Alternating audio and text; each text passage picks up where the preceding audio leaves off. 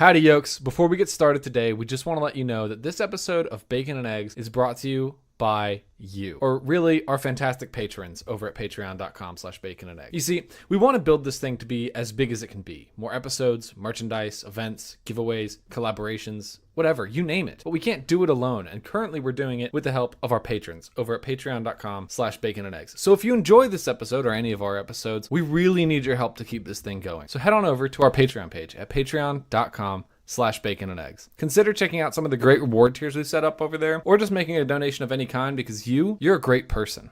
We want to keep this podcast free and available for everyone. But it's a lot of work, and we really do need your help. So if you have a couple bucks to spare, anything goes a very long way. And we could really use your help to make this podcast the best it can possibly be. So thank you for donating, and thank you even more for listening. And by the way, you can donate at patreon.com/baconandeggs. The link is in the description. Thanks. Bye. Howdy, yokes, and welcome back to Bacon and Eggs. I'm Tyler Carlin. And I'm Ethan Edgehill. And we're gonna commandeer that ship. It's a nautical term. Or maybe we'll just keep this dock off limits to civilians. So drink up, me hearties. Why is the rum gone? Because today, we're bringing you Pirates of the Caribbean, Curse of the Black Pearl. of the Black Pearl. Now, before we get into the movie, Ethan, how are you? I'm good. How are you, Tyler? We're back just together, you and I, for the second week in a row. You and I for the second week in a row. Before we get started, I want to run down some stats, and then I'm bringing a new segment A new segment? A new segment. You're going to love it. Oh, man. You're going to love it. I actually have two new segments this week. We're installing them both today because I've decided I can do whatever I want. It's my show. It's our show. It's our show. We already discussed this. Yeah, you know what's happening. I did know what's happening, but I wanted to keep up the suspense, the drama for the 10 seconds. Listener, there's two new segments in this show. Be sure to tweet at us at Baconandeggs23 which one you like the best. We're going to keep both of them anyway, but just let us know. Now, this movie was released June 28th, 2003, which is impossibly long ago because I just love it so much. That's 5,539 days ago. On a $140 million budget, it made $654.3 million worldwide. It got a 79 critic rating on Rotten Tomatoes and an 86 audience rating, and a 63 on Metacritic. Those are all much lower scores than I would have thought 2003 critics would have given this movie. So this is the best rated Pirates movie on Metacritic. They all go down from here in order. Really? According to Metacritic, yeah. 1 is best, 2 is second, 3 is third, 4th is 4. Oh, no. Yeah. I mean, I haven't seen 5, but 3 is 5 has like best. a 30%. I believe it. You know it's the most expensive movie ever made? I did know that, and that's nutso. It may have been topped by Infinity War, but I don't think so. It cost more to make the 5th Pirates movie than Pirates 2 and 3, which were filmed back-to-back, combined. That's crazy. Yeah.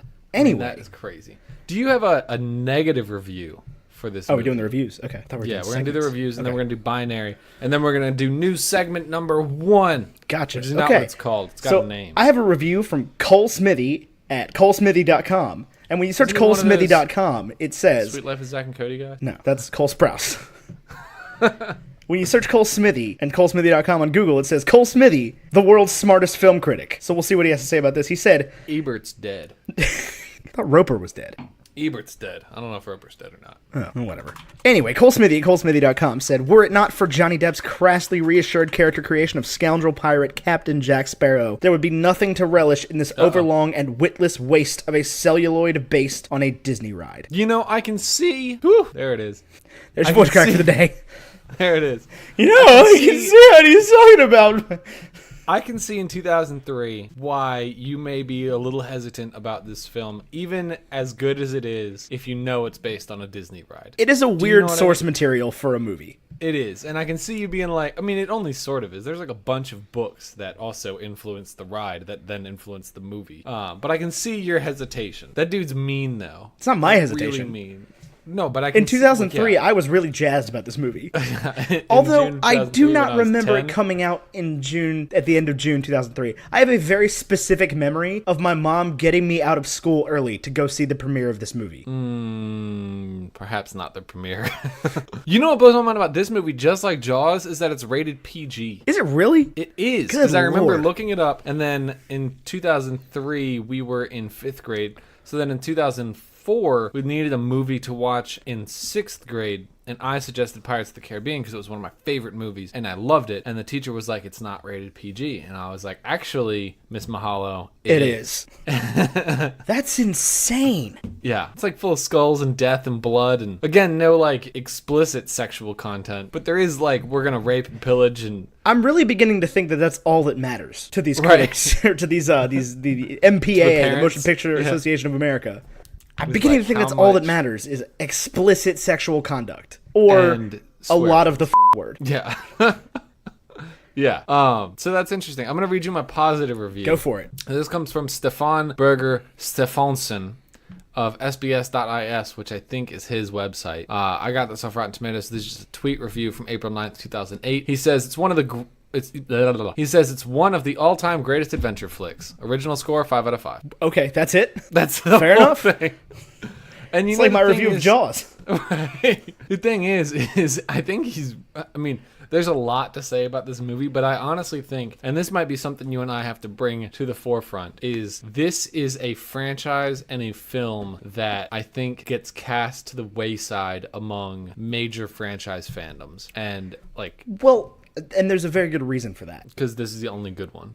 I like 3 a lot. But yeah, a lot of people will tell you this is the only good one. Right. But I think you and I could dive into the 5 of these movies and write engaging and interesting fan theories about these movies and about this story. Oh, absolutely. And this is a movie that is kind of less theorized on, or this is a movie series kind of less theorized on like the Tumblr sphere, stuff like that. But everything I have seen about it, everything that has come out is super interesting and well thought out. And these are very dynamic characters that have a lot of story to tell. Yeah, I agree. And I think one of the big complaints with it is there's a very frustrating plot hole that anytime I've tried to delve deeper into it, I feel like I run into. And it's right at the end. It's that Jack shoots and then Will cuts his hand and Barbossa still dies. Do you know what I'm talking about? Yeah, I don't see why that's a problem. Well, I don't see why it is either, but it implies that any injuries that occurred before they were cured should be affecting them as soon as they're cured. But I think it would just happen recent enough that there was still literally a bullet in him. Yeah, like it was just a hole that was freshly made. And then he turned back to flesh. Flesh. Do you fear flesh, Jack Sparrow?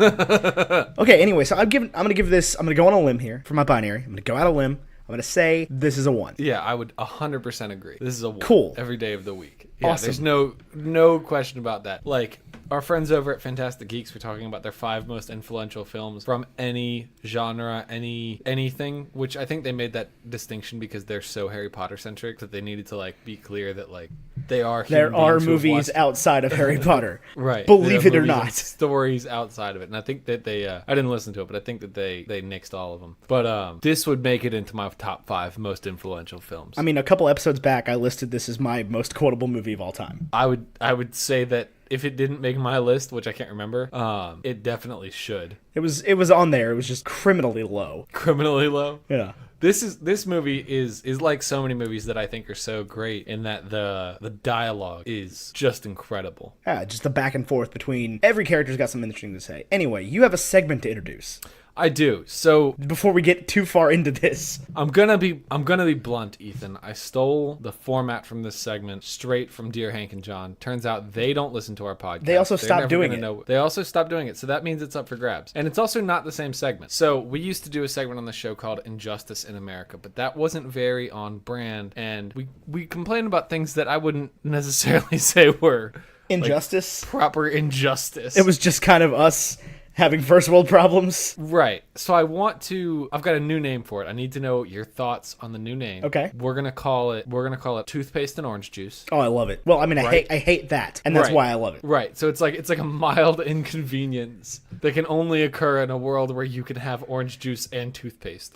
I know and what we're going to do. Although I know it's less on brand, but I do want to bring up that there's only one thing in the world worse than toothpaste and orange juice, and that is toothpaste and Gatorade. I feel like there's a lot of citrus in Gatorade. It's just like toothpaste makes everything taste weird. It makes Gatorade taste like poison. What does it do to Rodney Strong Chardonnay? I have no idea. The real question is, what does it do to peanut butter? Find out on Bacon and Eggs video.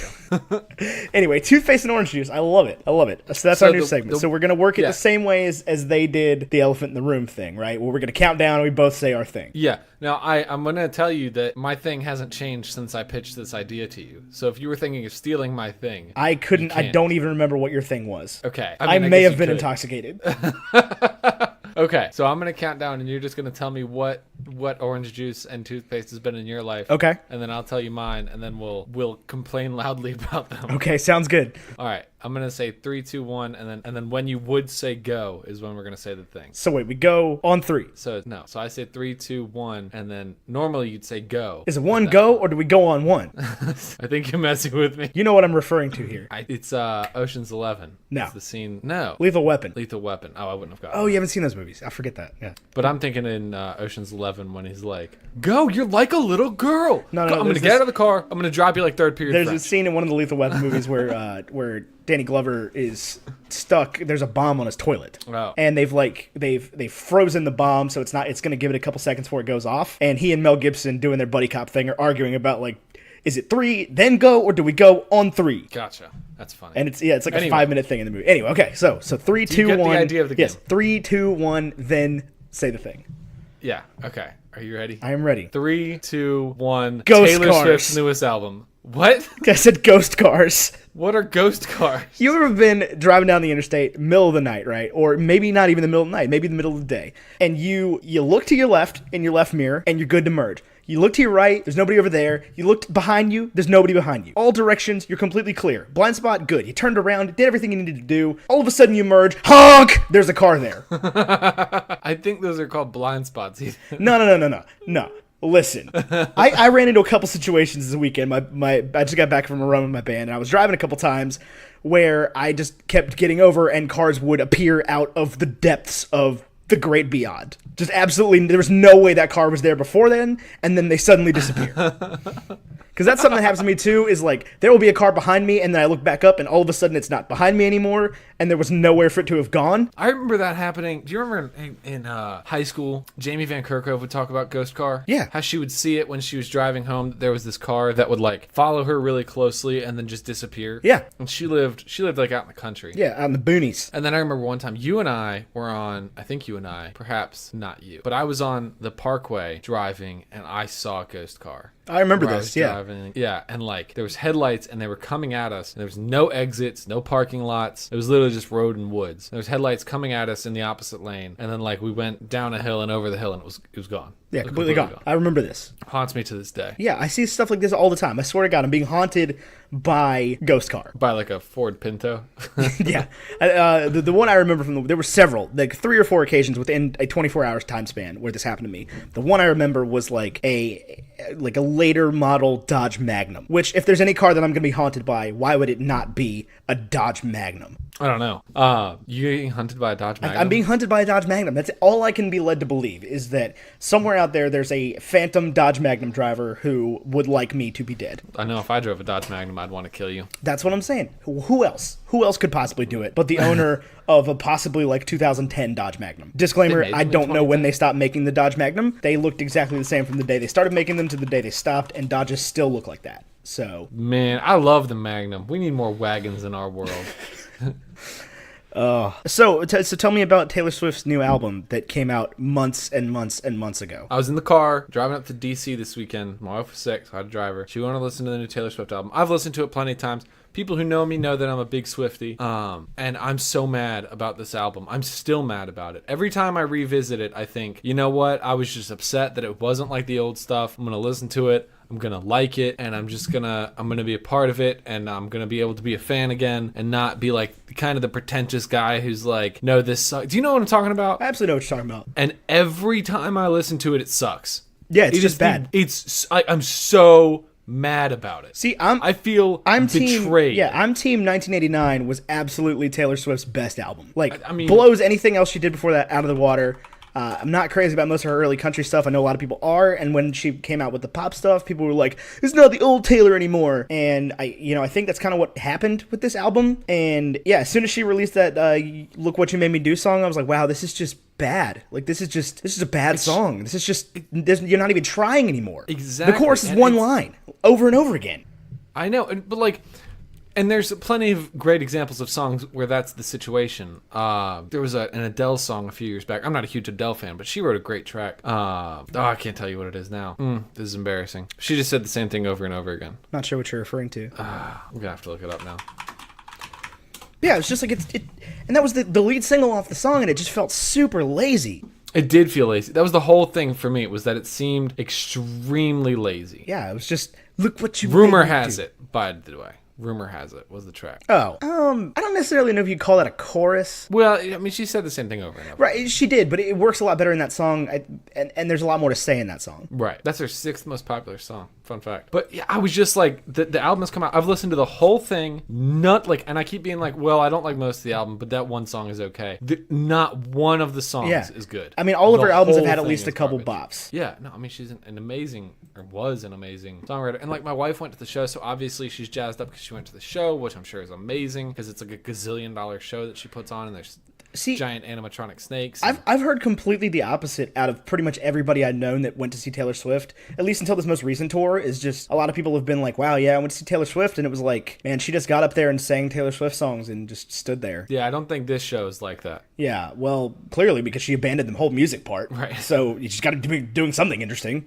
Right. She does sing older songs. Like, I've seen videos from it, and I'm sure you can find the set list anywhere. Well, yeah, I mean, at this point, artists like her put out a new album to maybe get 3 songs out of it. Right. And it's the same with every huge artist like that. Right. It's just so bad. I'm so mad about it. It's like, I just saw country sensation Jason Aldean a couple weeks ago, and he played 2 songs off his new album. Did he sing Hicktown and Amarillo Sky? Oh, yeah. Oh, absolutely. Oh, yeah. Absolutely. And this is actually one where James and I left before it ended, just because there was he did that thing that's becoming popular now these days, where it's like, oh man, we're not gonna be like the rest of these people who go off stage and wait till you clap a lot and do an encore. We're just gonna come back, and we're not gonna go anywhere. We're just gonna play a bunch more songs. And so James and I were kind of like, well, I'm parked about 1.5 miles away because there's so many people here, so we're just gonna leave. And so if he's not closing with Hicktown, I don't know what the heck songs he's playing at the end of the show. I mean, I'm looking at these songs of his. That is his bop. Dude's got some songs. Like, and it's one of those situations where I was like, yeah, Jason Aldean, I know 3-4 songs by him, and then he just kept playing songs that I was like, I've known this song for 13 years now. Right, I know every song this guy's ever written. Yeah. So it was like there was a couple where I was like, "Who? What is this?" And the rest of them I was like, "Ugly dude." Yeah, holy crap. He's also very sweaty. I'll bet. Yeah, it was very hot that night though. But anyway, yeah, that's our orange juice in Gatorade. Yeah. No, I messed that one up. Toothpaste and orange juice with bacon and eggs. See, I keep trying to say, because the name of Wiz Khalifa's band that he tours with is Kush and Orange Juice, and that's all I can think of. That's all I'm ever gonna think of. But we're not naming the segment that. No. If we're gonna keep a breakfast theme, it would be hash browns. Okay. Oh, get the hash joke. Oh man, that was funny. That was I know. That was a good one. I'm a funny person. Funny like a clown. Don't do drugs, kids. That's the best advice I can give you. All right, so I don't know if that's the best. Let's advice, talk about that's good. Let's talk about the Pirates of the Caribbean. I'm not gonna lie to you, man. This is a masterpiece. Yeah, I love this movie.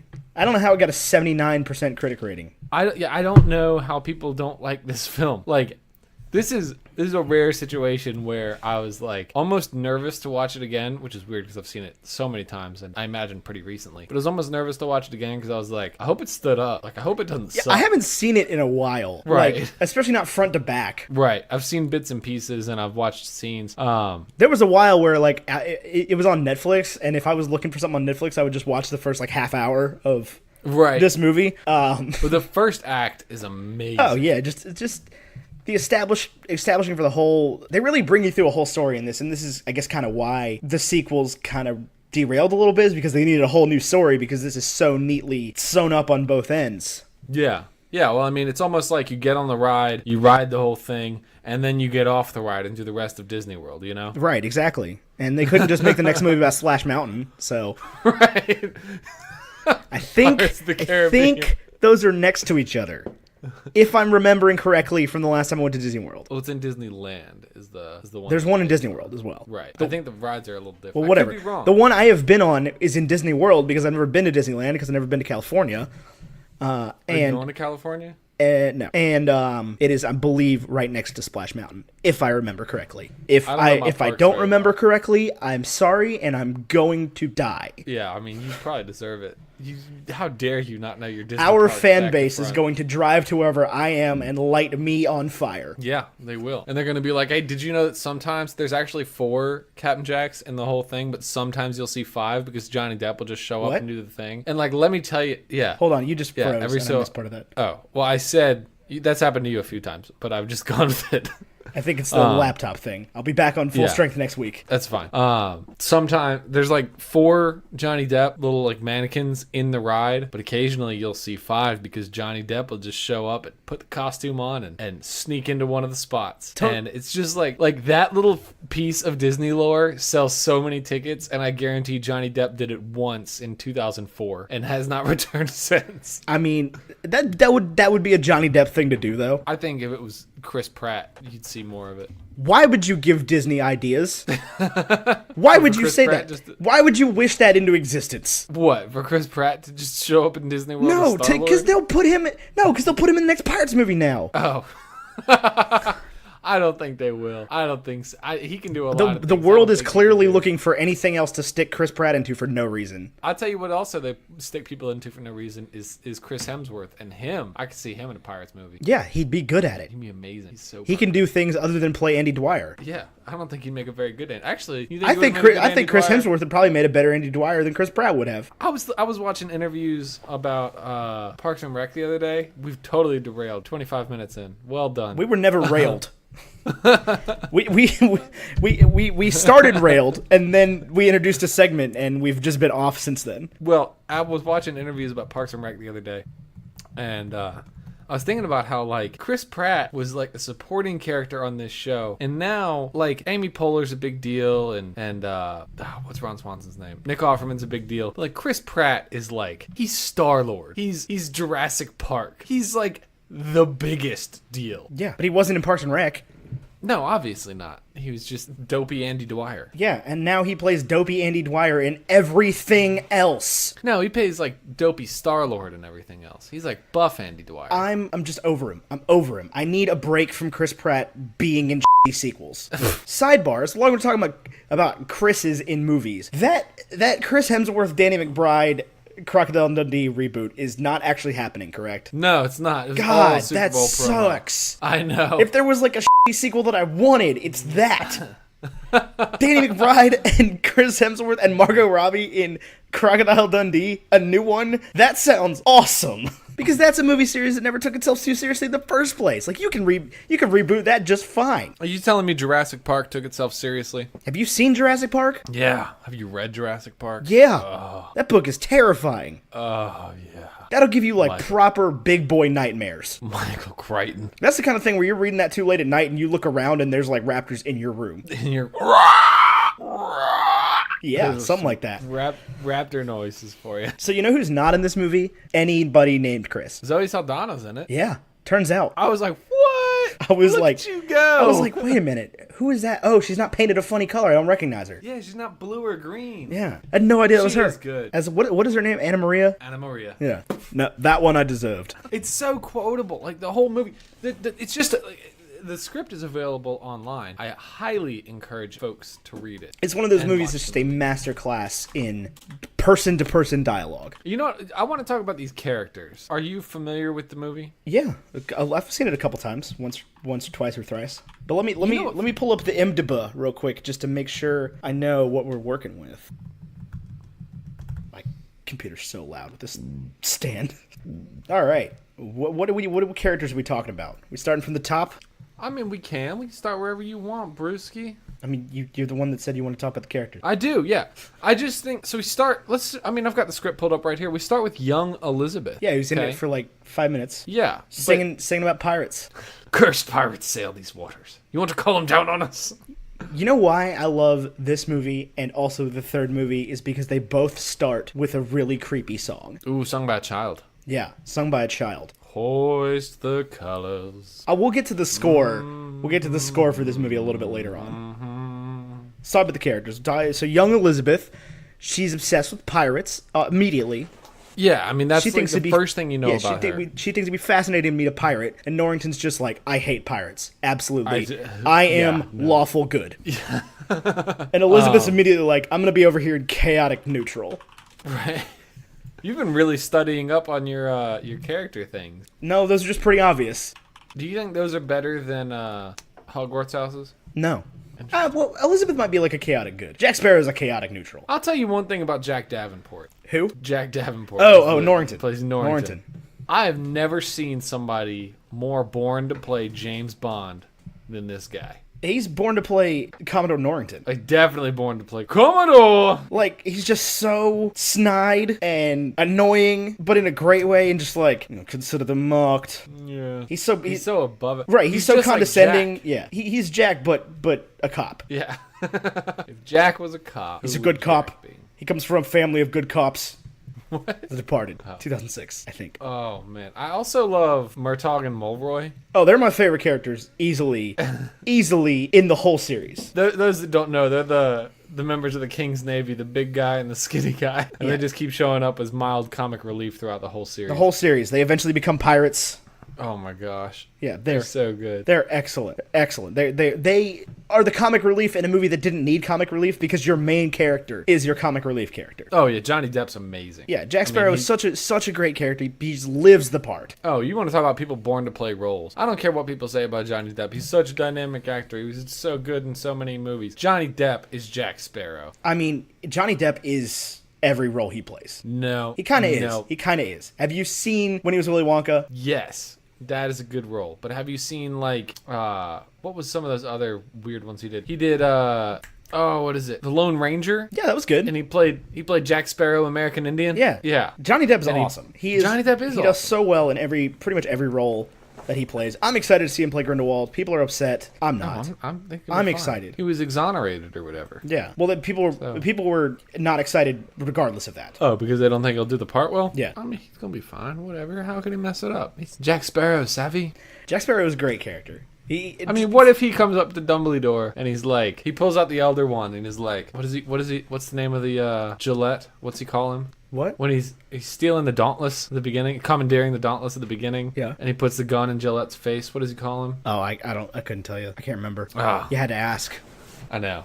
The Rocks, that's a miracle she missed them. Because I read the script this time, there's so many names I never knew that I picked up on. I had no idea what the Navy guys were. Gillette. I thought Gillette was like a term, like a military term. I think I did too when I was a kid, and then I just realized eventually that it's his name. Yeah, I thought he was talking to like the small battalion, and that was what a Gillette was. He's also born to play that role. Damien O'Hare.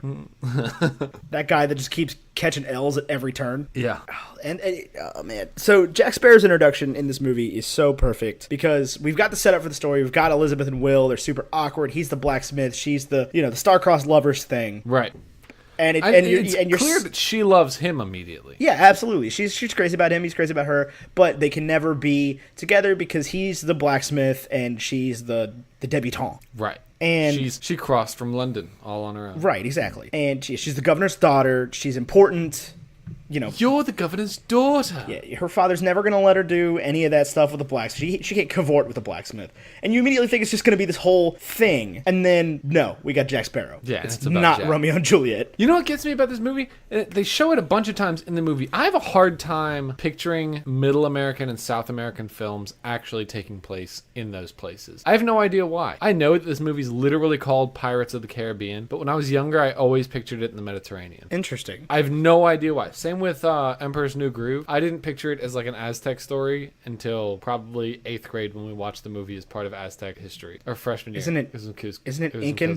Whatever. I didn't know it was I didn't know it was American. I thought I would have said that story took place in like Egypt, even though it's about a peasant and llamas. Yeah, it's definitely Incan. Whatever. That's not whatever though. That's a huge difference. It's a Mesoamerican creation. Right, but one of them is like Mexico, one of them is Peru. It's Peru. I know it's Peru. And it's got the huge, like, crazy sloping hills. Yeah. The fact of the matter is like, I was on the wrong hemisphere. I guess if I was in Mexico or Peru. Those are the wrong hemispheres also. But I was on the wrong side of the planet. Yeah, you were thinking European somehow still, or African right, or Asian. Afro-European. Yeah. I have no idea why. I think it's the accents that throw me off. But yeah, like I didn't picture this. And then there's so many situations where they get in the water. And if they were in the Mediterranean, that would have been like frigid. The Mediterranean's warm. I mean, not like walk on the bottom of the water warm. I mean, yeah, that's true. It's not the Gulf. It's not Port Royal. Right. Port Royal is in Barbados. Underwater. It's underwater, right? Yeah, it's underwater. I can't remember where it's at, though. Jamaica. Jamaica. Man, yes. It was one of those things where he opened the window, and I remember as a kid being like, oh, that looks so real. And then when I watched it this time, I was like, that is a screen of green. That is a green screen. Yep. Absolutely. Well, they did a very good job with the landscapes to make it look, lush and beautiful and royal, but also, Caribbean. It looks like it was the result of the British coming over and building castles in the middle of Caribbean islands. Right. So they got that down. I think what I'm going to do from now on, we're going to start a new game, Ethan. Okay. We're not going to tell any of our friends about it, but we're going to play it. Is anytime somebody says, what is that? And it kind of questions like something they hear, we're just going to scream it's cannon fire and tackle them to the ground. Cannon fire! Return fire! And Jack immediately perks up at the jail cell and goes, oh no, there's guns. That's crazy. What do you mean you know those guns? Well, he was the captain of the ship. I never noticed this until I watched it this time. Did you notice that a fog follows the Black Pearl? Yeah. Am I just missing obvious details? Yeah, it's the unnatural fog they were mired in at the beginning of the movie. Yeah, it's because the Black Pearl. Literally, the first line that Joshua Gibbs delivers, one of my other favorite characters. Oh, yeah. You want to talk about people born to play roles. Yeah. But yeah, she was singing about pirates. Bad luck to be singing about pirates with us mired in this unnatural fog. That's what he's talking about, is the fog that follows the Black Pearl around. They mentioned it several times, and especially when, right before the cannon fire, when Norrington and the governor are talking about the weather. Yeah, it's foggy. And Norrington just jumps on him. And yeah, so it's foggy. But yeah, Jack Sparrow's entrance in this movie, I think, just sets his character up perfectly. He doesn't say anything. He's just this clearly swashbuckling Errol Flynn, like, this guy's a pirate. The ship's sinking. Yeah, but you don't see that at first. Yeah. He's on the crow's nest, looking out over the harbor, and then looks down, jumps off, and you see that it's just a tiny little boat full of water, and he just rides it in as it sinks, lands on the bottom of the harbor, and the guy's just like, it's a shilling to tie your boat up here. What do you say? 3 shillings. And we forget the name. Forget the name. Welcome to Port Royal, Mr. Smith.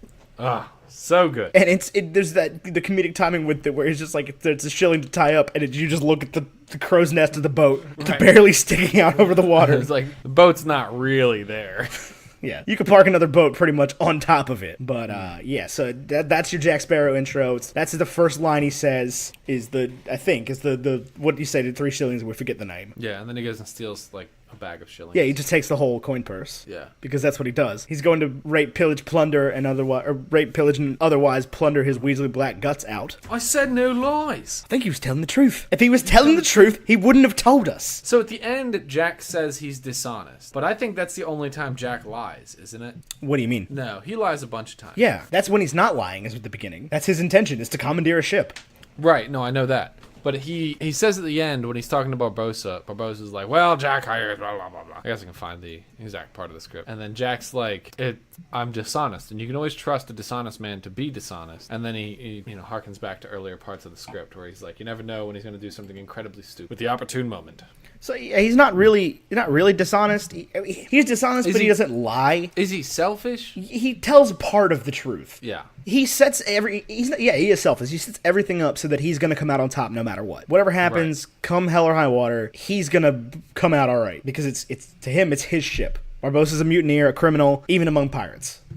They're really more guideless. I mean, you want to talk about somebody else born to play a role. Jeffrey Rush? Yeah. He's like a real actor. He is a real actor, but he's also very good at playing Hector Barbossa. Oh, yeah.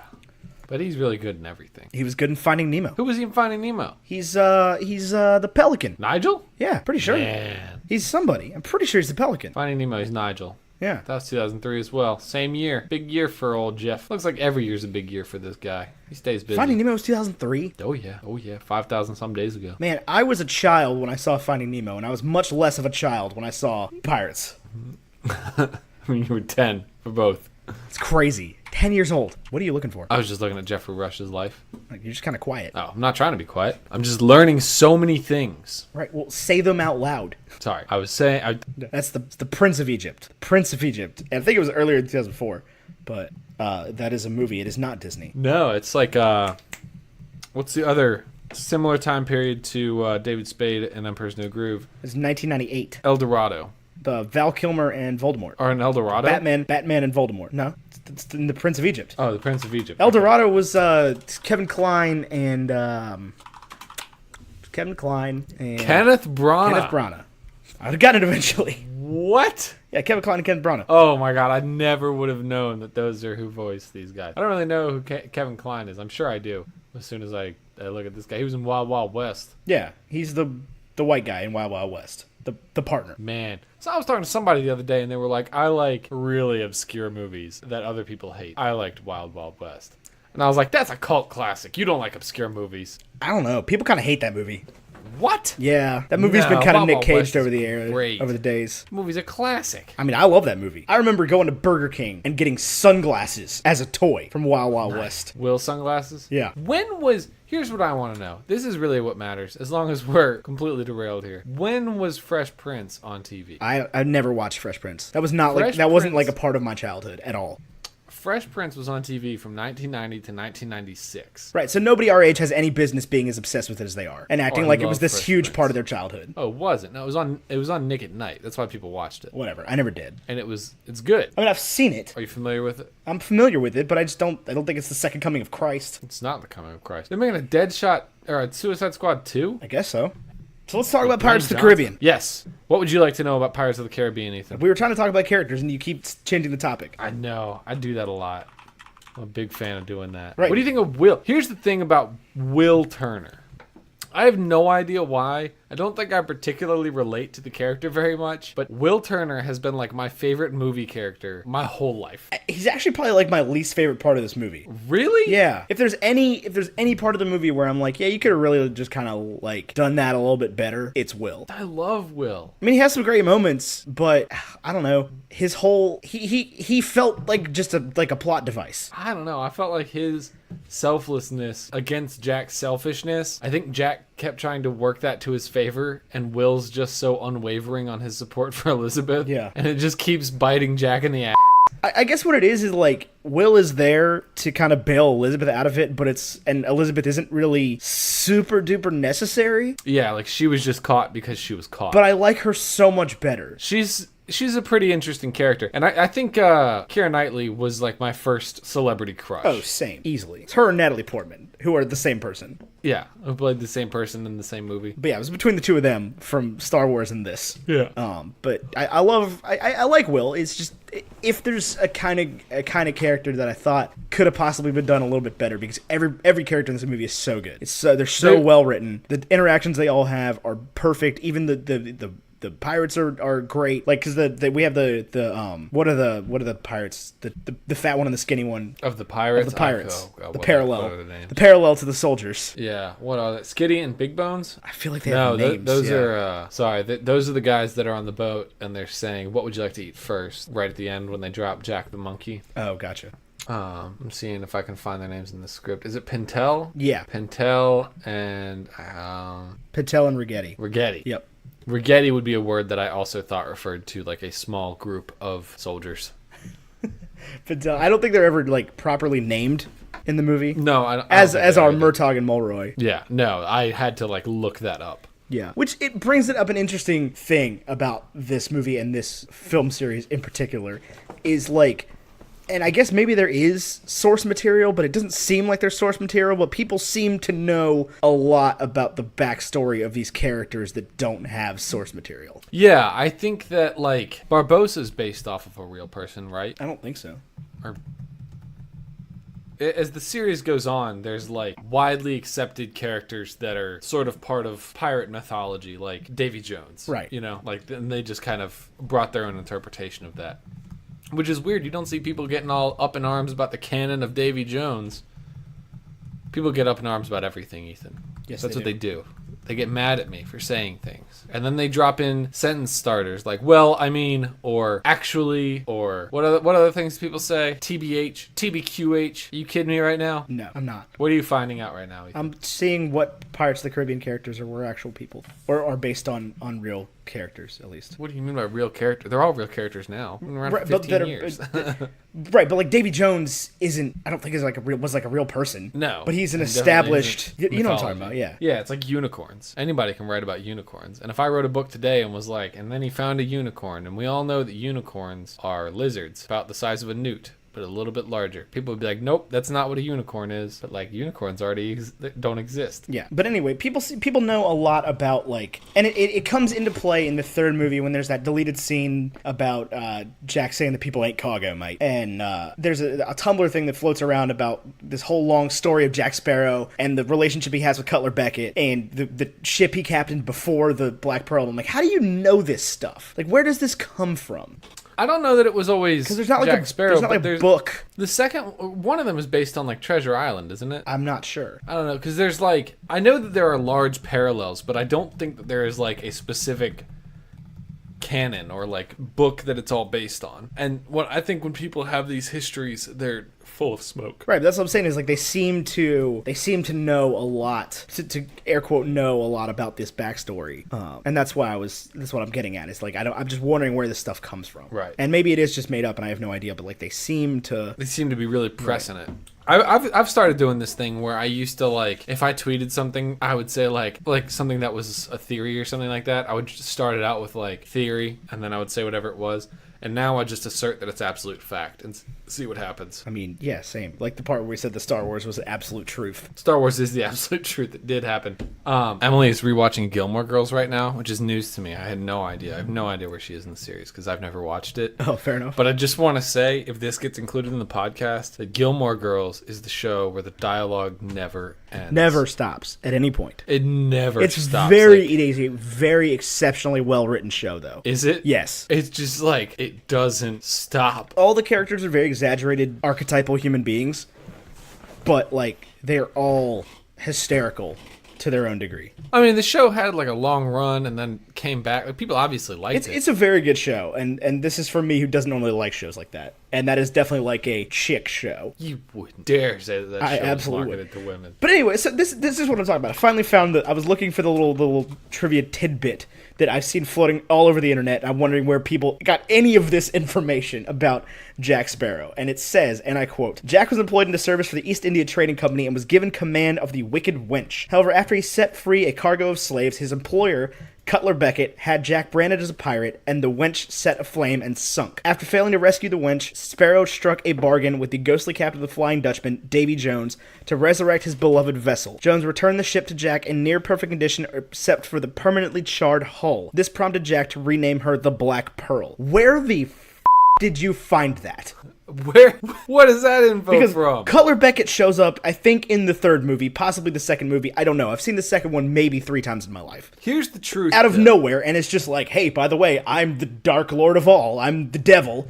We hate me. We hate Davy Jones, but we really hate me. Right. Yeah. You hate Davy Jones, but you're kind of cheering for the pirates. So you definitely. really hate the government. It's like Davy Jones and Jack Sparrow are conflicting the same side of that coin. Right. I'll tell you one thing. If ye listener know where this source material is from, because Ethan and I are not dumb people for not knowing about it. If there's a book floating out there that's like, even if it's like it was a novelization written after the movie that gives context to the movies, like they did with the Halo books. It's like, I would love to read that. Yo, the Halo books. Are those any good? Yeah. Are they really? Yeah, dude. That's why people got so upset about Halo Reach. Why? Because The Fall of Reach was such a good book. And then people got mad about Halo Reach because it was like a half hour of gameplay for $60. No, that was ODST. Oh, you're right. Halo Reach was just like, they wrote this, so they wrote the first 3 Halo books to coincide with the first Halo game. Okay. So it's like Pillar of Autumn. Yeah, you've got the Fall of Reach, and then there was Halo, and then there was the thing that came after Halo, which ended up being Halo 2. I can't remember what it's called. There was all that, and it's like they wrote the Fall of Reach, and it was a really good book, and it was a really good story, and it tells the whole thing about the Spartans and how they ended up on Halo, how they ended up in that universe with the Covenant.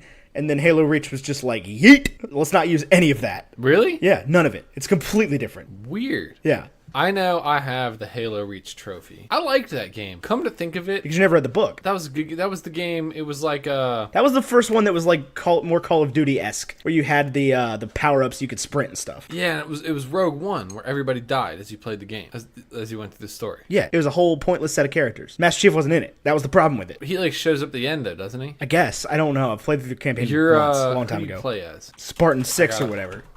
Yeah, you're like, what is your name? It's something 6. Spartan 312. But there's like a name. It's like Omega 6 or something. I think you're getting into red versus blue territory here. No, I didn't watch Red vs. Blue past like the first season. Oh, man. What was the first episode of Red vs. Blue? What are they talking about? They're like on top of the... Why are we in this box canyon in the middle of nowhere? What is that stuff about God?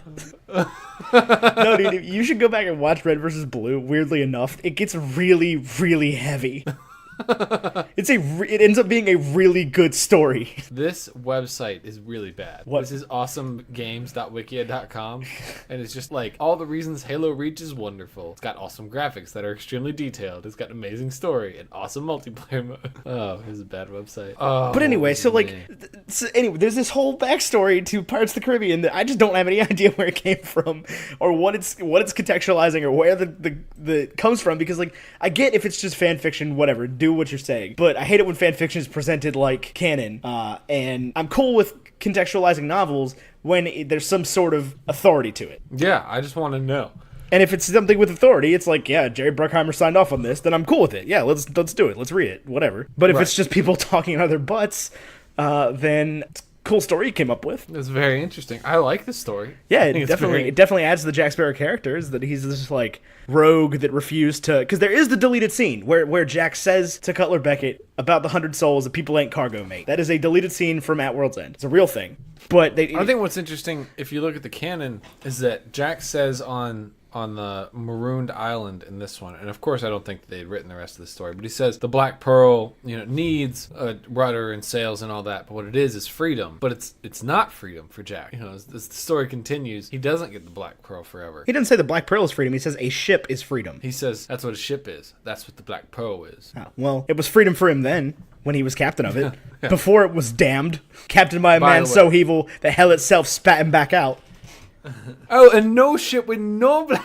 Oh, and no ship was not crewed by the damned and captained by a man so evil that hell itself spat him back out. Could possibly have black sails. Therefore couldn't possibly be any ship other than the Black Pearl. Is that what you're saying? No. Yes. As a sidebar to this, the protagonist in Halo Reach is called Noble 6. Noble 6. I knew it was something 6. I can remember the 6, but yeah. Yeah, no idea. Anyway, Jack Sparrow, what a character. What are your favorite moments in this movie? What really did it for you? What sold it on you? And did you like it as much this time as you have in the past? Yeah, I have been solidified that this is an excellent movie. Watching it, it's a movie that rises above the average popcorn flick, the average like National Treasure type movie, which is I think where a lot of people lump it in, or like Night at the Museum. Hold on here. Hold on. What? I like Night at the Museum as much as the next fella.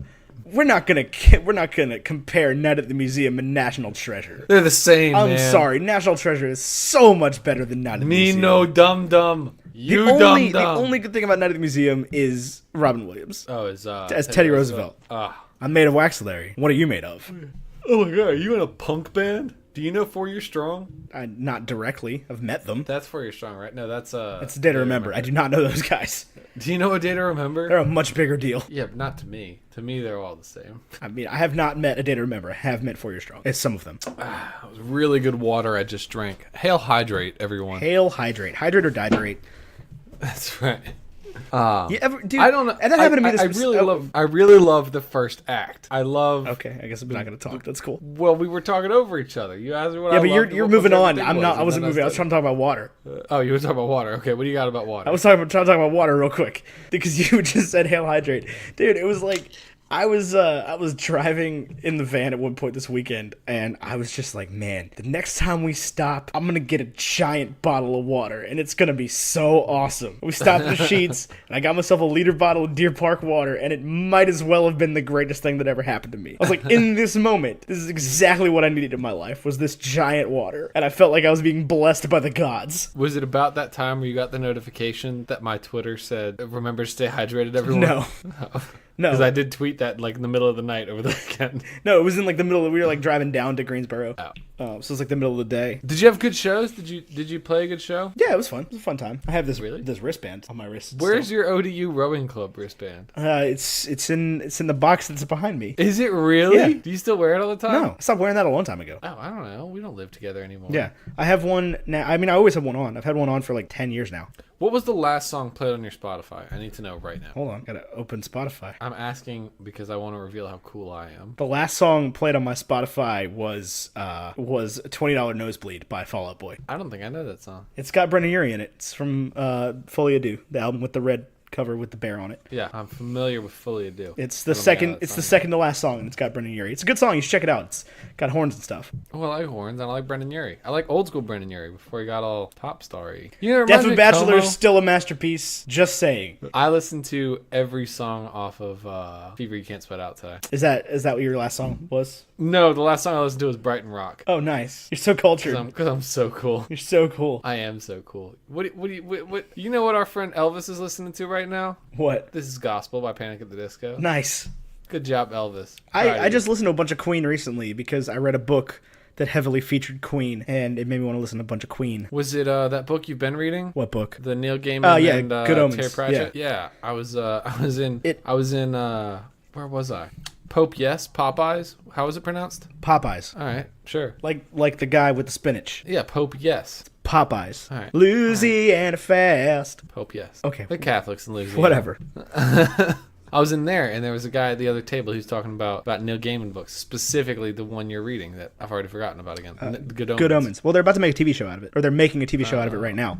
It's got John Hamm and David Tennant. John Hamm. John Oh Hamm. my God. John Hamm plays the Angel Gabriel. Obviously. Now we're back to Brighton Rock. Yeah. I knew I could tie it all together. So yeah, it's got a bunch of Queen in it. That book asserts that any tape left in a car for more than 2 weeks becomes a best of Queen tape. Because that's how Neil Gaiman writes. It's just direct assertions of things that are absolutely ridiculous as facts. That's how I've been reading Hitchhiker's Guide, and that's the exact same way. Yeah, same deal. Yeah.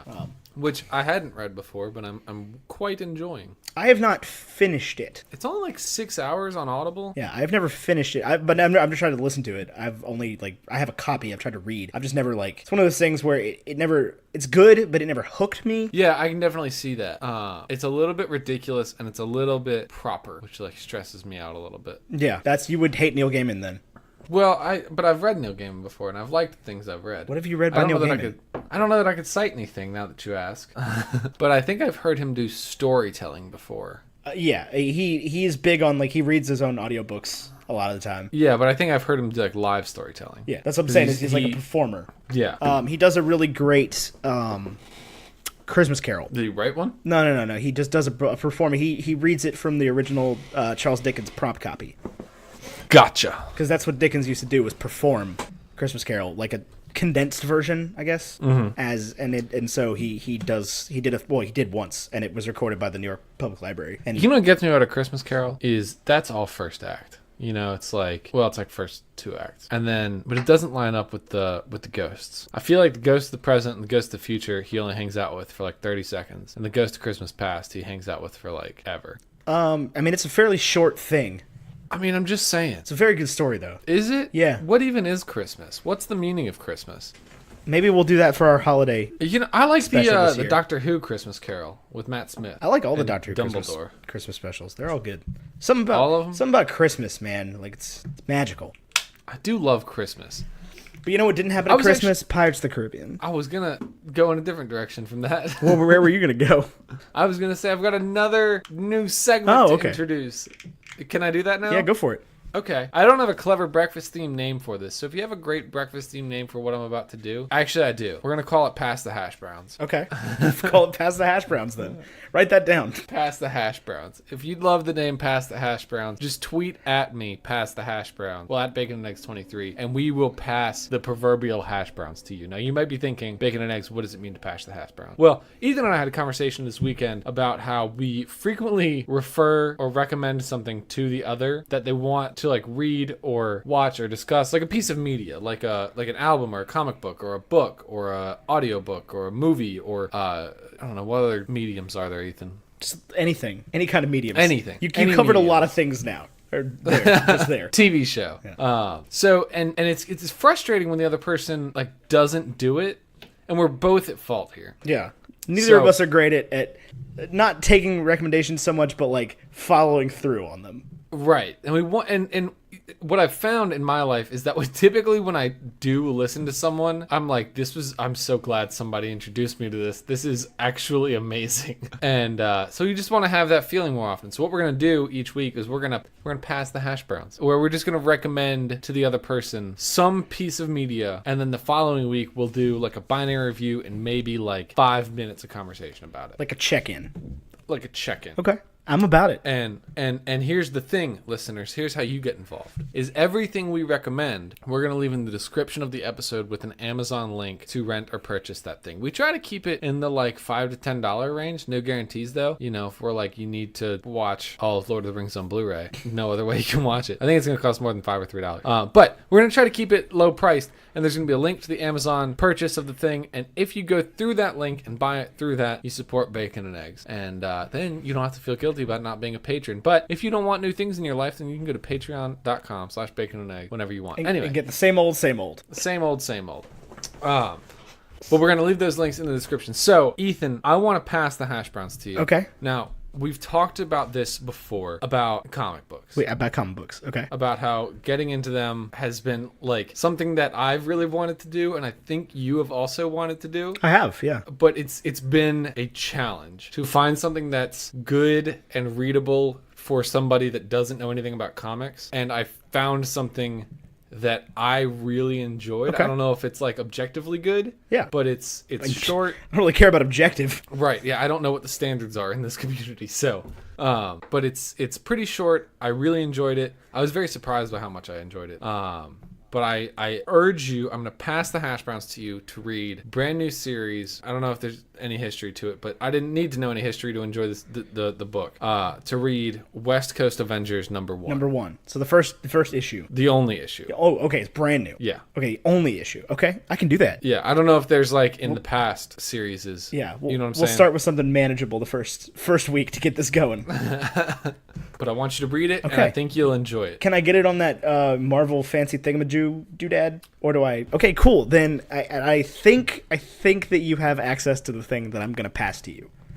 Okay. The hash browns you're going to I pass? think you have access. If not, let me know and I can come up with a new hash brown. Okay. I want you to watch the first episode of Westworld. I can do that. That's on Netflix, right? It's on HBO. I have that. Okay, cool. HBO Go. Now, whatever it is. First episode of Westworld. I'm only going to give you one episode because it is a lot. I knew it was going to be Game of Thrones, Westworld, or Black Mirror. Because those are the three shows that people... I cannot do Black Mirror, dude. People recommend those to me. No, like, you have a degree in philosophy. What do you think of Black Mirror? My problem with Black Mirror is that it doesn't have any continuance from episode to episode. Yeah, that's what people love about it. I don't like that, though. That me no likey. I can't get into it. Me no likey. It's like I watched an episode, the first couple episodes, and I was like, "These are cool." Next, on to the next thing. Because it wasn't like there wasn't anything to draw me in. I wasn't like, "Oh man, what I need to listen to or watch this new one." So yeah, it's the first episode of Westworld. That obviously the TV show, not the movie from back in the day. No, the first episode. Show. You may have to. I would recommend just watching the first 30 minutes and then just running it back and watching the first 30 minutes again. Because I know that you're not going to pay attention, because I know I didn't, and I was just sitting there like doing the thing where I watch a TV show and I'll have my phone up, maybe playing a game, looking at Twitter, doing something, looking up, looking down, looking up, looking down, and I did that when I was watching, and I was like, I got nothing out of this. I have no idea what's going on. I have no idea what's going on. So I put the phone in the other room, ran it back, and just watched the beginning of it again. I was like, oh. So this is the first episode. If you don't like it, you don't like it. If not, or if you do, keep going. There's a whole season I haven't watched yet. So. Well, and I think we can link to just the episode, can't we? Yeah. I'm going to see if I can do that right now. Pretty sure. They should be available for individual purchase or whatever at this point. Who knows? We'll find out. We will find out. But yeah, give you something manageable for the first week. Oh, that's the movie. Yeah, there is a movie that I also haven't watched. I know it was written by Michael Crichton, and you can immediately tell like where the parallels to Jurassic Park come in. It's written by Michael Crichton? Yeah. Well, I love Michael the movie Crichton. was. The show is based on the movie, but in that it like takes place in the same universe. It's not like a sequel or it's a remake, sort of. Right. It doesn't tell the same story, but it borrows from the concept. Well, I don't know our password for this account. I'm sure I'll figure it out eventually. But anyway, that's my hash browns passed to Ethan. You need to read West Coast Avengers #1. I really enjoyed it. I don't know if everybody else will. I will certainly find time to read it over this busy week. I appreciate you not being like, hey, you need to watch the whole first season of New Girl. You do need to watch the whole first season of New Girl, Ethan. I've seen parts. What is Seamus talking about right here? I have no idea. Let's complete this episode. I'm not saying we need to wrap up, but we have 40 minutes left, so Yeah. we should Let's probably at do it. some point talk about the movie. What do you want to know about the movie? What's your favorite scene in the whole movie, Ethan? That's a big question. I think, honestly, my favorite scene in the whole movie is just the whole scene is like a tough thing. My whole from the point where we introduce Jack to the point where he gets locked up. So the whole interaction with Norrington. Just, yeah, from the minute he gets off the boat and just starts being all sarcastic and he deals with the guys and he saves Elizabeth and then he deals with Norrington and gets locked up. That whole first part. Clearly, you've never been to Singapore. Right, just the one-offs, like, all those, he cuts the courses off, like, clearly you've never been to Singapore. Pride of the King's Navy, you are.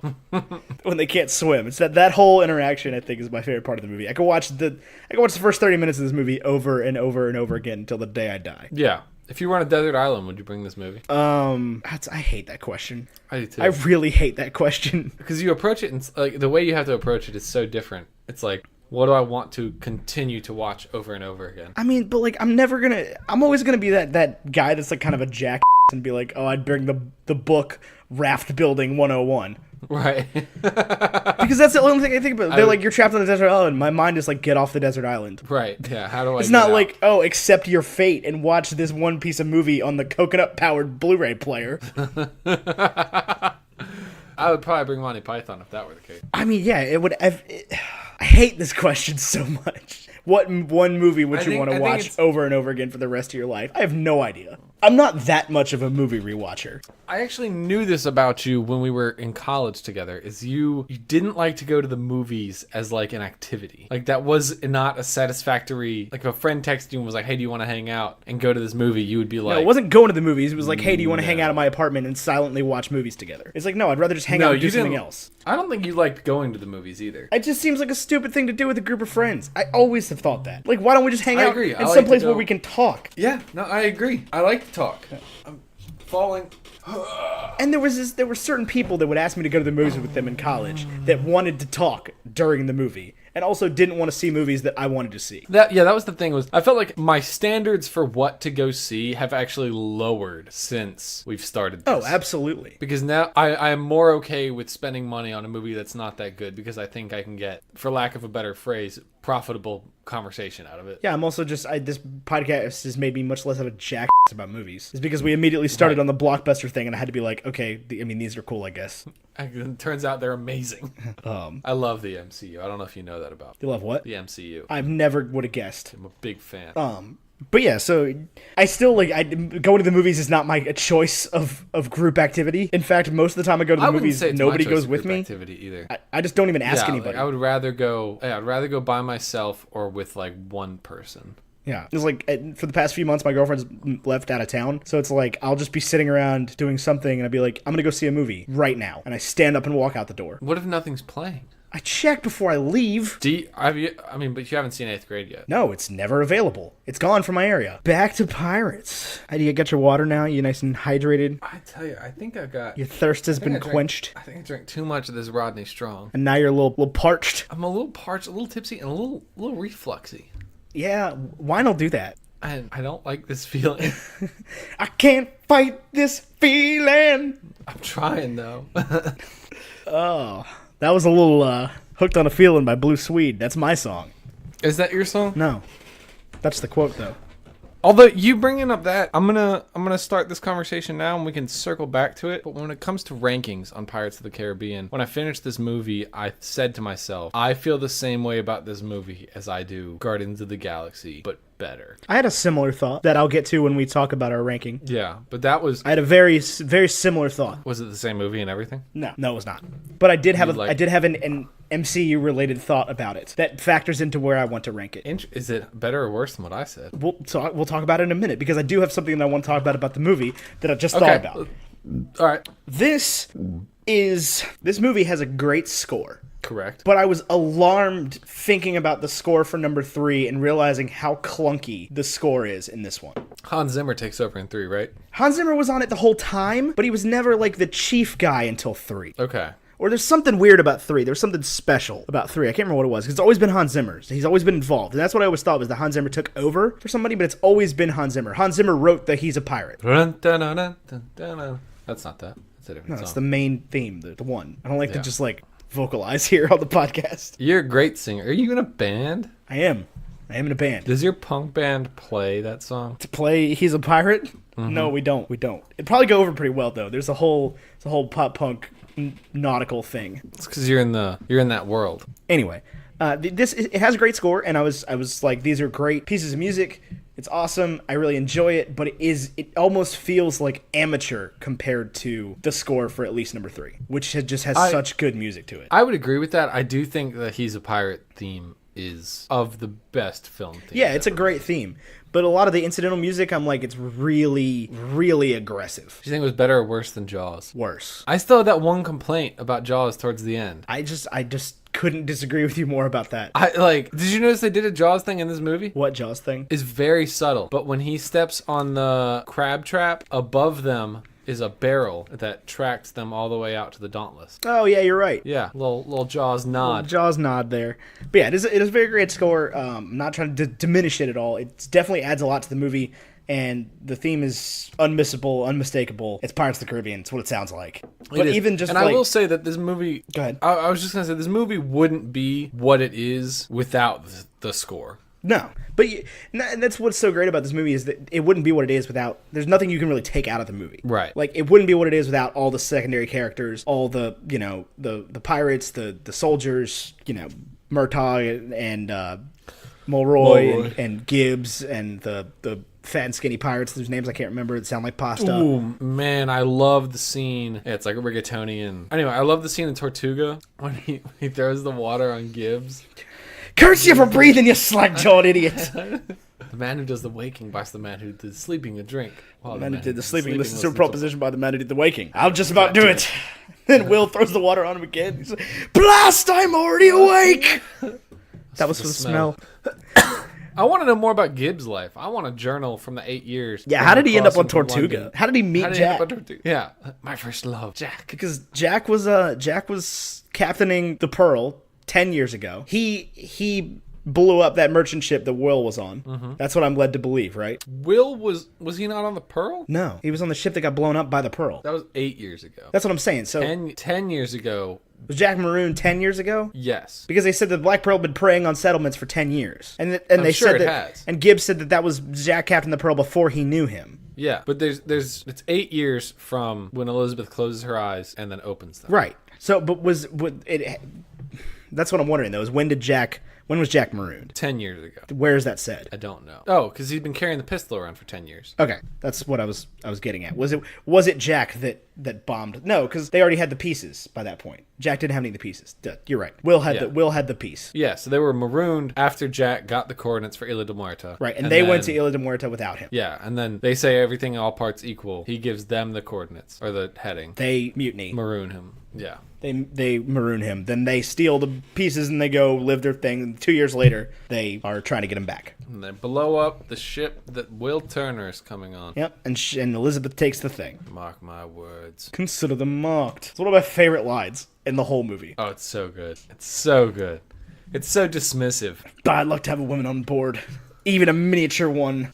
Yeah, well, everything Norrington says comes off so condescending. Even when he's down at heel and he's no longer a naval commander later on in the series, and he's just still this condescending jerk, but is a pirate now. He's like a weird pirate, though, because he won't get mixed up with Davy Jones or Jack. Right. Well, he sides with Jack. Who would? I mean, if you're going to choose between Jack Sparrow and Tentacle Face... Tentacle Face is Davy Jones. Do you fear death, Jack Sparrow? Oh, what is your favorite part of this movie? You asked me that question and never answered it. Oh, well, I like a lot of the movie. Cop out. I really like cop out answer. Cop out. I really like the scene. I really like Will Turner. I have no idea why. Like he's a spitting image of old Bootstrap. I like these scenes in Port Royal with Will in the blacksmith shop. So I like the fight between Will and Jack. I think that's brilliant, where Will is absolutely outmatching him, but Jack cheats. Yeah. It's like, you didn't play by the rules. Pirate. And then I love that they just identify themselves as pirates. I'm certain that's not how it would have been. I guess they've got the brand from the East India Pretty sure it Company, is, and yeah. I don't know anything about the history of pirates. So Pretty sure it is. They flew under a flag. that's true. It's true. Like, I think that was a moniker they gave themselves, not the other way around. I also love Jack's effects when Norrington's going over those. I think they're brilliant. One Compass that doesn't rubber point band north. bowl, one pleather jacket. Leather jacket. One DVD copy of Encino Man. Yeah, I'm stuck somewhere between that from the Academy of Television and the scene from the Blues Brothers and then this actual scene, and I just get the quotes all mixed up in my head. I half expected it to be made of wood. You are without doubt the worst pirate I've ever heard of, but you have heard of me. Heard of me. And then I love the scene. I don't know why I've always loved this scene, but when Will shows up and they're trying to plot out a way to find Elizabeth, and he's like, "That's not good enough," and he throws the axe in the thing, and then Norrington's like, "You're not a military man. You're not a sailor. You're a blacksmith." Do not make the mistake of thinking you're the only man who cares for Elizabeth. And that says a lot about Norrington, is that like, he really does like her, and he doesn't really do anything wrong. It's kind of some Severus Snape stuff, if you ask me. Unwanted advances. I disagree with that. He doesn't. This is a completely different situation. She's clearly receptive to it, even if she's just pretending. He has no way of knowing. He's just like, she does talk to the maid. yeah. He's just like, your father said you're into me, so I'm into you. What's up? Like, hey, do you want to get married? And she faints. I can't breathe. Clearly, you've never been to Singapore. And then they made me that chief. I just want to hear the other end of the conversation. I was thinking about that earlier. And it just comes straight back to me. And then they made me that chief. And I want to hear the other end of that conversation. I want to know what's happening. Is he a time traveler? He's a chief later on. Next time on Bacon and Eggs Theories. Jack Sparrow is a time traveler. Is the he Interceptor the really is that fast. There's no ship as can match the Interceptor for speed. I know. I've heard of one. Black Pearl. Supposed to be very fast. Nigh on catchable. There's no real ship as can match the Interceptor. Black Pearl is a real ship. No, it's not. Do you remember high school? Vaguely. Do you Less and remember less John each day. Vitello? He was in my wedding. I do remember John Vitello. Do you remember John Vitello's dad? Mark Vitello might be the world's least forgettable person. Mark Vitello, I know, you can whistle like a mother. Mark Vitello, I thought probably for more than 1 year that he actually was in this movie. As what character? I can't remember one of the guards.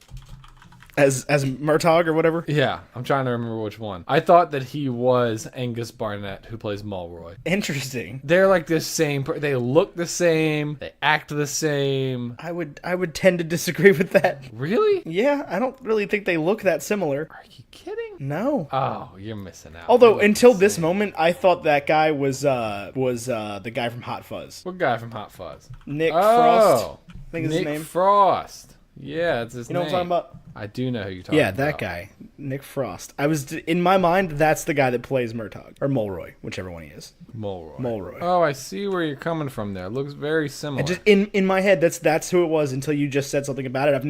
It's never been one of those things that I like put down to anything. Well, it's not the same person.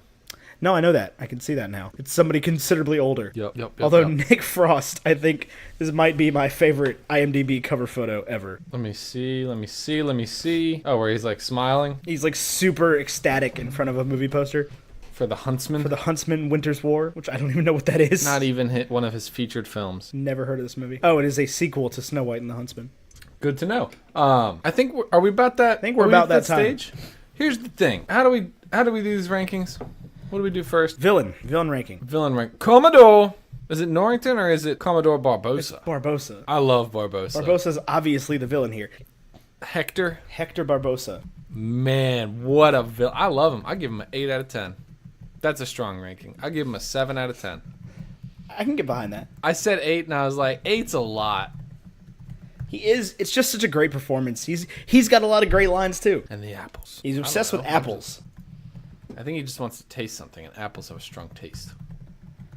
Well, he keeps the whole bowl of apples in his office. Where do you keep your bowl chambers? Of apples? I don't keep a bowl of apples. Okay, well, we'll see about that. All right. Hold on. I give him a 7 out of 10. I'm trying to get the. I would agree with the 7 out of 10. I'm trying to get the. I give Norrington a 6 out of 10. Norrington's not a villain. trying to log into Patreon to get the thing open. You know what we didn't do last week? What? We did not give Jaws a breakfast food. Get out of town. We did not give Jaws a breakfast food. Really? Yeah. It's diner food. Should we give it one now? Oh, yeah. After we do the ranking. Okay, I'm just getting the list pulled up because I can't remember the list. Ooh, I'm actually really happy with the sort of range that this would fall in if we went with Guardians of the Galaxy. It's a little low on the list, but I think it's very adequately placed. I just don't see what this has to do with Guardians of the Galaxy at all. To me, just in my brain, I would put them in the same sort of level. What do you compare it to in your mind? Iron Man. Iron Man? Yeah, it's the establishing film. Yeah, but Iron Man established the MCU, which was great. Doesn't matter. We're actually very near each other with those two. Yeah. I think Iron Man is better than this. I don't. Really? I actually think that this is better than Iron Man. I also think it's better than Black Panther, but that's because Black Panther's still rated high. You think it's better than Homecoming? No. I've never once thought that Spider-Man Homecoming was worse than Iron Man. Fun fact. These are things on the list that you're forcing me to agree with because you fought like a little child against putting Homecoming above Iron Man. Honestly, if I was given free reign right now, I would flip Homecoming and Black Panther. I would as well. I've Well, been then pushing we've for that agreed. for months. We're just gonna do that then. I think this is not as good as Homecoming, but better than Iron Man. Okay, I'm actually fine with that. I think that this is done. It's shaped more. If you're talking about movies that shaped me, this is more important to me than Iron Man. I really liked Iron Man. I mean, the MCU holds a special place in my heart. But there's so many excellent movies in the MCU, both above and below Iron Man, that I am okay with saying that this movie, which really has shaped me, is one of my favorite movies of all time, goes in between Iron Man and Spider-Man. Spider-Man stock has also just steadily risen for me the more I collect Spider-Man comics. I'm game for that. Black for above Iron Man, underneath Homecoming. Black Panther, I think when we reviewed it, was like number 1, number 2. I'm looking at what's above it, and all of these reviews came after it, except maybe Ragnarok. Definitely Ragnarok. It was number 2 behind Ragnarok, and maybe number 3 behind Back to the Future. No. It was never number 1. Yeah, it was Back to the Future. You put above everything else. We did that in December. I know. So Back to the Future would have been 1. Yeah. And then Ragnarok. I was gonna say it was never number 1. And now that would make Black Panther number 19. So we put a lot of good movies ahead of it. Do happen. I'm down for that. I'm down to put it there. It's a great movie. It's not Star Wars. It's a great movie. It's not Star Wars. The rest of the series doesn't help it out that much. No, I know, right? It's like, it's the establishing film, And it is a great establishing film. It's just what it established wasn't all that and a bag of chips. I think Jack Sparrow is a character for the ages. I really do. I would agree with that. More so than I feel like if I went to a Halloween party, I would be more accepted if I showed up as Jack Sparrow than if I showed up in a Spider-Man costume. I would agree with that. I think everybody knows who Spider-Man is, but I think Jack Sparrow is one of the best characters on our list. Yeah, I think people know, everybody knows what Spider-Man is. I think everybody knows who Jack Sparrow is. Yeah. Does that make sense? Yeah, it definitely does. All right, let's give it a breakfast food. Really bad eggs. And rum. Rum. God, that'd be a terrible breakfast. What sort of rum drink do you drink at breakfast time? A banana kappa. Banana Kappa. The drink we invented back in the day. Banana, a full banana. It was half a banana, dark rum, half a banana, dark rum, orange juice, and caramel. Sounds good. The banana was the issue. Sounds sweet. The banana was a problem. I mean, I would crack some salt in there. Here's my thing about rum. My blender was also a problem because my blender liquefied the bananas when we made the banana kappas.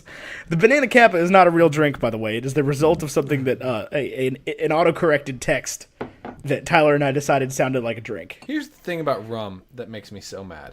Maybe it's the thing about Southwest Virginia. I don't typically have a problem with gender roles. I don't typically have a problem with masculinity or caring what people think about these things. But the only liquor you're allowed to drink if you're a guy in Southwest Virginia is bourbon. I disagree with that. I feel like if I went to a bar and I was like, I would like a Captain Morgan, please. I don't think anybody would look at you weird. I'm certain they would.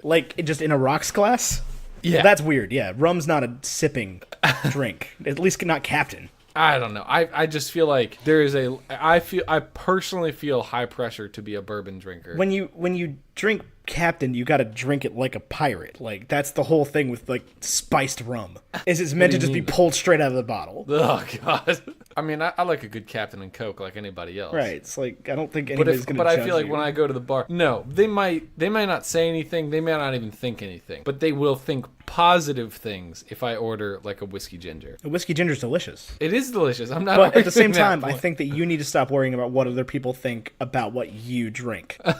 It's just, there's like a weird pressure. Like if I was, like I'm in a bourbon club, but if I was like, you know what guys, we're going to do rum club now. And I went out and I bought all these fancy rums and everything, people would be like, this is the dumbest thing. Because that's not a thing though. Like nobody does that. It's not like, that's not a thing. It's like whiskey is that kind of thing.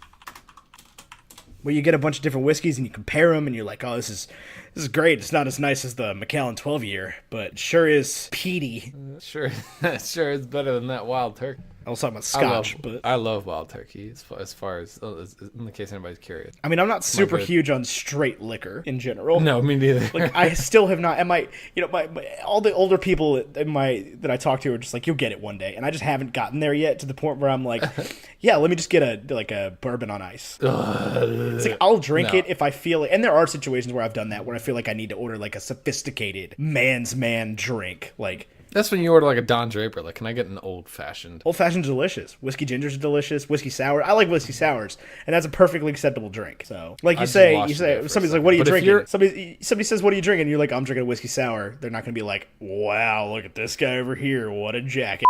Yeah, but if I say the same thing and they're like, "What are you drinking?" and I say, "I'm drinking a Captain and Coke," they're gonna be like, "Wow, look at this guy over here. What a jacket."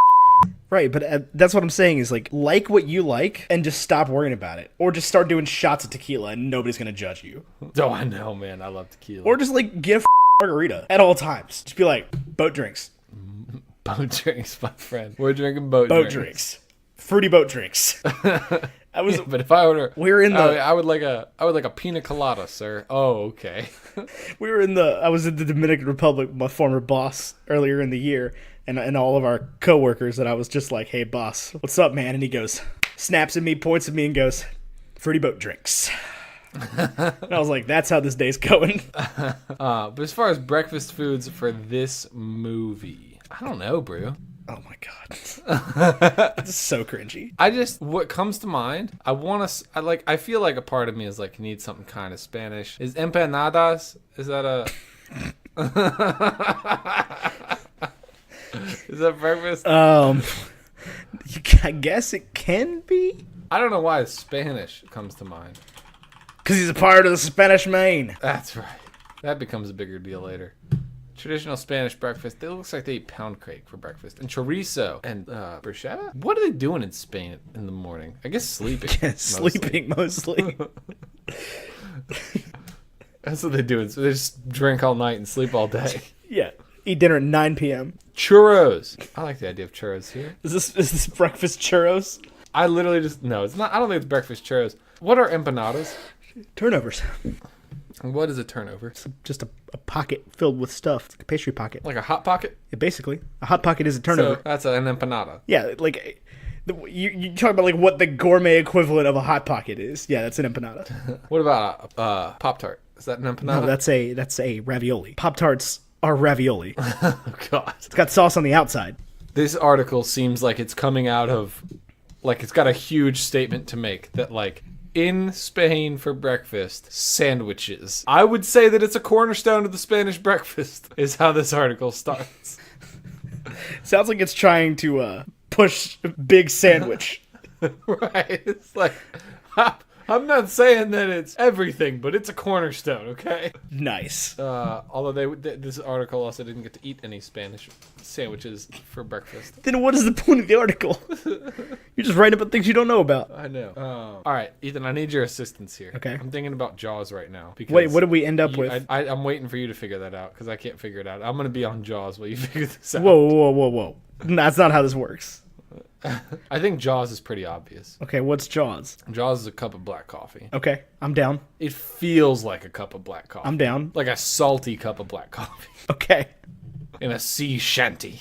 Sure. What is a shanty? Song. Oh, I meant shack by the sea. A lighthouse. What? A shack by the sea. I think they just call that a shack. A shack. All right, so what do they eat for breakfast? And that's not what do they eat for breakfast. It's if this was a breakfast food, right. What metaphorical breakfast food would it be? Let's think of descriptors. It's big. It's very complete. Very complete. I don't know if it's big per se. There's a lot going on in this movie. There is a lot. There's two major conflicts, right? Because you've got Will and Norrington, and you've got Jack and Barbosa. So and then how all of those intermingle. It's a pancake waffle combo. Pancake waffle combo. Ethan, this isn't Mars. You can't just have pancakes and waffles on the same plate. You can in Pirates of the Caribbean. Curse of the Black Pearl. I don't think you can. I mean, I think I am seeing some egg scrambled with cheese. okay. You know what this is? What? Forget the egg scrambled with cheese. Okay, forgotten. You pour a bowl of cereal, Captain Crunch. Rats. You ran out before you filled the bowl. You fill the rest of the bowl with Ahoy Mateys. Off-brand Captain Crunch. I was just gonna go with Captain Crunch, and then you fill it up with Chips Ahoy, That's an option as well. but with rum instead of milk. But I think no, but you do put rum chata in your coffee. Okay. It's Cinnamon Toast Crunch. Rum chata and Fireball. It's a shot for breakfast. That's the thing. Is it rum chata and Fireball? Is it a bowl of cereal? Who knows? Okay. I'm It's the game. Cinnamon Toast We're Crunch. going with that. I think that's what it is. Okay. Maybe some cracked salt. Some rock salt. Stop with the salt. I just think about the ocean and things get salty. You told me we needed salt in the banana cappas. Now we need salt in the coffee. Now we need salt in the cereal. And the shot, Ethan. Calm down. It's very salty. Fair enough. All right. Well, that thus concludes the episode. That was fun. It was fun. You know, we did some off topics. We did 2 new segments. Let us know if you like the segments. All of the stuff that you need to know about everything is down below. Down below deck. Yeah. All the music. It's all in the poop deck. The music by Citrix. Is it Citrix? You said it like one really quick. I thought it was Citrix. That's the same thing. I know, but I didn't think it was so flowy. I don't know. I wasn't given instructions on how to flow the name. Anyway, our music by artwork Citrix. is by Graphite. We have merch. You can buy hoodies and shirts and completely unnecessary pillows. But you can buy them. And you can buy them, and you can buy hats still, and you can do all kinds of things. You can donate to the Patreon. You can help us out with the Amazon links. You can do whatever you want. There's all kinds of stuff down in the description box, or to the left, or to the right, or on top, or on the next page. There's so many different ways to get these stuff. But it's there. But it's there. Thank you so much for listening. Thank you so much for donating on Patreon. This has been a great episode. I've been Ethan Edgehill. He's been Tyler Carlin. And until next week, arrivederci. A pirate's life for me. You like that?